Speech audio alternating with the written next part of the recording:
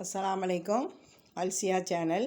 இன்றைக்கி அல்சியா சேனலில் என்னதுன்னா ரசம், சீரகம் மிளகு போட்டு தூக்கலாட்டு ஒரு ரசம். புளி தண்ணியை நல்லா பிணைஞ்சி நல்லா கொதிக்க வைப்பேன். அதில் ஒரு ஸ்பூன் மஞ்சள் பொடியும் ஒரு குட்டி தக்காளி போட்டு நல்லா கொதிச்சாச்சு. இப்போ இதுக்கு தேவையான அளவு உப்பு போடணும்.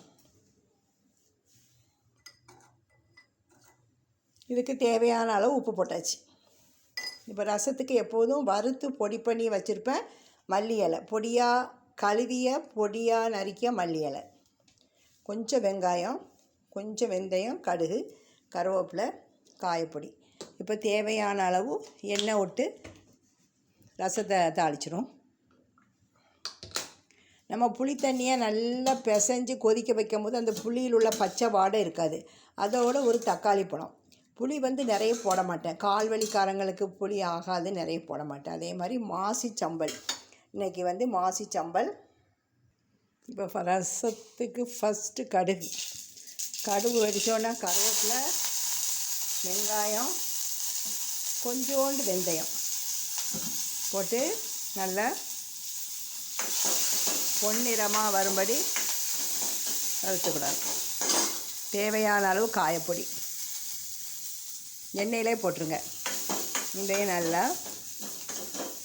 லைட்டாக செவந்து வரும்போது ஏற்கனவே பொடித்து வைத்த ரசம் பொடி இது நான் போட்டிருக்கேன். எல்லா இதுலேயும் எப்படி ரசத்துக்கு வறுக்கணும், என்னென்ன போட்டு வறுக்கணும் அப்படின்னு போட்டிருப்பேன்.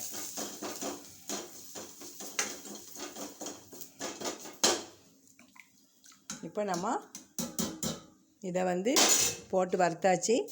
ஏற்கனவே புளி தண்ணி கொதிக்க வச்ச புளி தண்ணியை ஊற்றிடும்.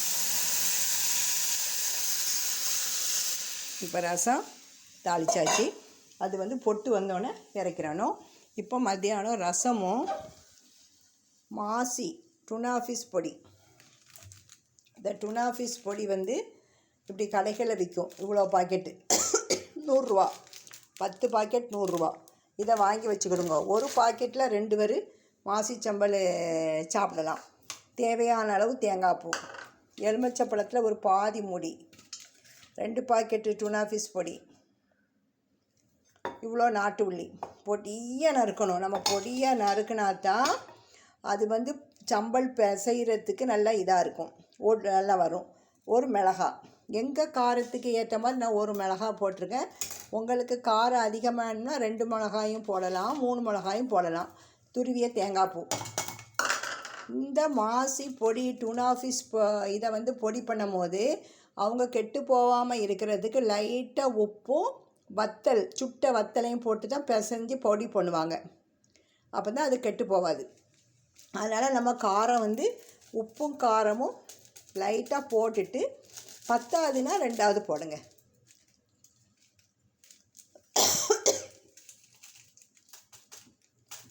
நான் இப்போ 2 பாக்கெட் போட்டுட்டேன். தேங்காய் பூ போட்டாச்சு, மிளகாய் போட்டாச்சு, பாதி முடி எலுமிச்சைச்சாரும் போடலாம். நம்ம தேசிக்காய், உப்பு தேசிக்காய் இருக்கு இல்லையா, எலுமிச்சங்காய், உப்பில் வச்ச எலுமிச்சங்காய், அதில் ஒரு துண்டு போட்டு பிசைஞ்சு பாருங்கள். சாஃப்டாக ருசியாக இருக்கும். அது நல்லா சாஃப்டாக இருக்குமா, இதில் போட்டு பிணையிறதுக்கு நல்லா இருக்கும். பப்பாளி பழம். எங்கள் மதியம் ஃப்ரூட்ஸ் பப்பாளி பழம்.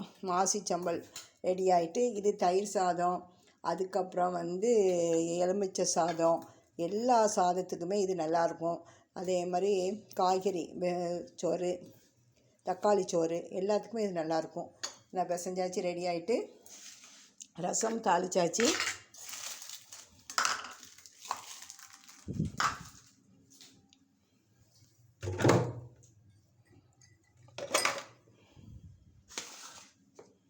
இப்போ நம்ம கவுண்டர் டாப்பை க்ளீன் பண்ணணும். இதை பாருங்கள், மாடி தோட்டத்துக்கு இந்த பப்பாளி தோல், என்னென்ன வெட்டுறமோ வெங்காயத்தோல் எல்லாத்தையும் சேர்த்து வச்சுருப்பேன். அதே மாதிரி தோசை மாவு, புளிச்ச மாவு கொஞ்சம் காண்டிருந்துச்சு, இதையும் கலக்கி நாளைக்கு தான் ஊற்றுவேன். ஃபஸ்ட்டு இதை ஒரு நாள் ஃபுல்லாக வச்சுருவேன், தண்ணியை ஊற்றி. மறுநாள் தான் ஊற்றுவேன். இப்போ ரசத்தில் போட்டு வந்தோடனே இறக்கிறோம். உங்களுக்கு புளி அதிகமாக சேர்க்கலான்னா நீங்கள் தக்காளி பழம் 2 பழம் போடுங்க. நான் 1 பழம் போட்டிருக்கேன். இன்றைக்கி வந்து அல்சியா சேனலில் கேரட் பொடியாக துருவணும், வெங்காயத்தை பொடியாக நசுக்கணும், அதுக்கப்புறம் கொஞ்சம் சாம்பார், காலையில் இட்லி போட்டேன்ல சாம்பார், அதுக்கப்புறம் வந்து நெடுவாக மீன் குழம்பு, சுட சுட சோறு. இப்போ இதை வந்து வேறு ஒரு இதுக்கு மாற்றிடலாம்.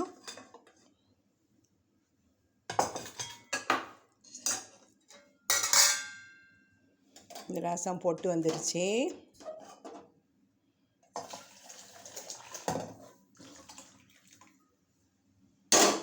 சூடான ரசம். இதுதான் இன்றைக்கி டுடே சமையல். இன்றைக்கி என்ன கிழமை? தேர்ஸ்டே சமையல். சுட சுட சோறு, மீன் குழம்பு, ரசம், டுனா ஃபிஷ் சம்பல், கேரட் பொரியல், சாம்பார், பப்பாயா. இந்த சமையல் உங்களுக்கு பிடிச்சிருந்தா நீங்கள் லைக் பண்ணுங்கள். சேனல் பார்க்கும்போது லைக் பண்ணிவிட்டு பாருங்கள். இதுவரை சப்ஸ்கிரைப் பண்ணாதவங்க சப்ஸ்கிரைப் பண்ணுங்கள். இன்ஷா அல்லாஹ் நாளைக்கு ஒரு வீடியோ உங்களுக்கு போடுறேன். அஸ்ஸலாமு அலைக்கும்.